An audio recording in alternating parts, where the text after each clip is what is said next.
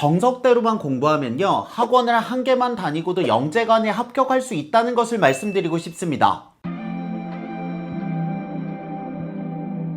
안녕하세요, 대치동 캐슬입니다. 오늘은요, 수학학원 한 개를 다니고 영재관에 합격한 학생 이야기를 해보려고 합니다. 영재관이라고 하면 공부를 잘하는 학생들이 한 번쯤 가보고 싶은 곳일 텐데요, 대치동에서는요, 영재관 혹은 경시관이라고 불리우는 곳들이 있습니다. 기본적으로 영재관에서는요, 영재고나 과학고 등 특수목적 고등학교를 입학하기 위한 준비의 성격이 강하고요, 경시관에서는요, 말 그대로 수학 경시, 즉 KMO 등을 준비하기 위한 성격이 강하게 있습니다.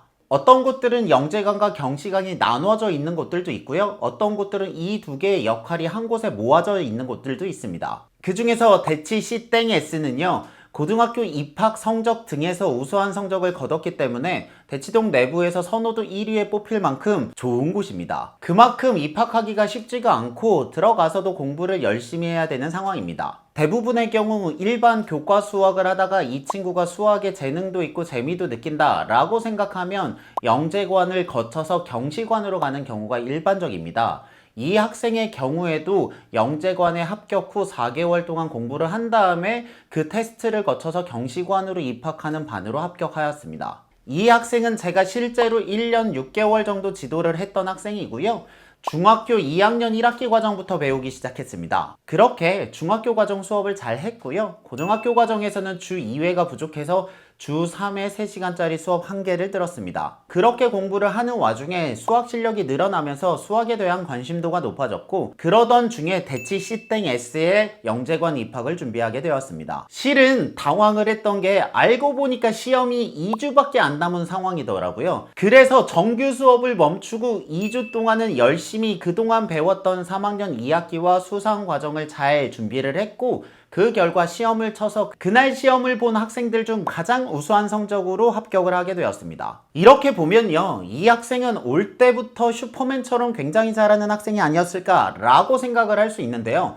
들어올 때는요, 정말로 무난하고 놀기 좋아하는 그런 평범한 남학생이었습니다. 정말 수학을 너무 잘해서 수상 실력이 화려한 경우는 절대 아니었습니다. 그리고 글씨를 잘 못 써서요, 처음에 와서 백지 개념 테스트하고 풀이 과정을 쓰는데 굉장히 애를 먹었거든요. 그렇지만 주 2회 그냥 우리가 하는 정규 수업대로요, 백지 개념 테스트를 하고 교재를 풀고 교재 문제풀이 과정을 다 쓰게 하는, 제가 말씀드렸던 그 평범한 과정을 계속 반복하였습니다. 그렇게 평소에 기본 실력을 준비를 했고요, 어느 순간 3학년 2학기 과정 즈음 때 이 친구의 실력이 비약적으로 상승했다는 걸 느낄 때가 있었거든요.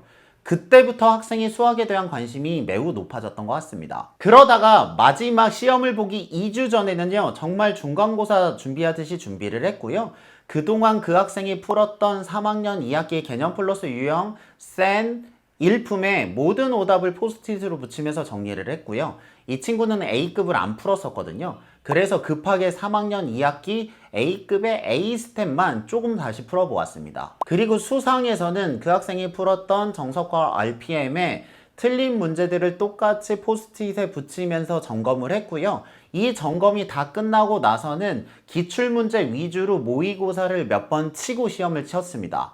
실제로 2주밖에 없었기 때문에 2주 동안 이 두 과정을 다 정리하는 게 빠듯했습니다. 그래서 막판에 무언가 거창하게 하기보다는 했던 과정을 정리하는 데 주력을 했습니다. 그래서 영재관에 합격을 해갖고 기쁜 마음으로 안녕이라고 했는데요, 정작 진짜 놀라운 것은요, 그 다음에 있었습니다. 이게요, C-S 영재관에 합격을 하고 나서 그 수업이 시작하기 전까지 약 2주가 남았거든요.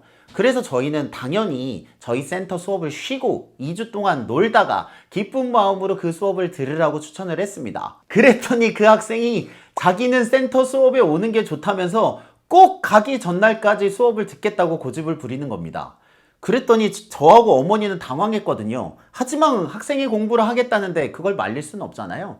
그래서 실제로 고3 학생이 수시를 합격하고 정시 공부하는 친구들과 함께 공부하는 것처럼 그곳에 가기 전날까지 이곳에서 수학 수업을 들었습니다. 그 과정에서 제일 놀란 사람은 저랑 그 어머니입니다. 왜냐하면 아시겠지만 학생이 안 와도 되는 수업을 굳이 와서 공부를 하겠다는 경우는 거의 없잖아요. 하지만 하겠다는데 말릴 수는 없어서 가기 전날까지 열심히 공부를 하였습니다. 저는 이 학생의 경우가 제가 원하는 실력과 자존감을 모두 잘 챙긴 바람직한 사례라고 생각합니다. 왜냐하면 너무 부담스럽지 않게 수학 수업 하나만 들었고요.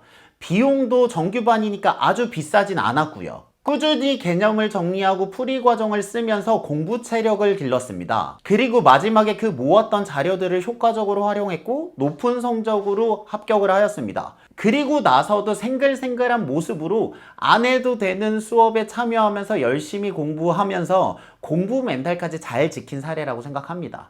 이것이 그 어머니가 합격 후 받았던 평가고요. 집에서 어머니께서는 수업 과제가 나오면 그 과제를 잘했는지 꼼꼼하게 챙겨주시는 역할을 충실히 하셨습니다. 제가 드리고 싶은 말씀은요.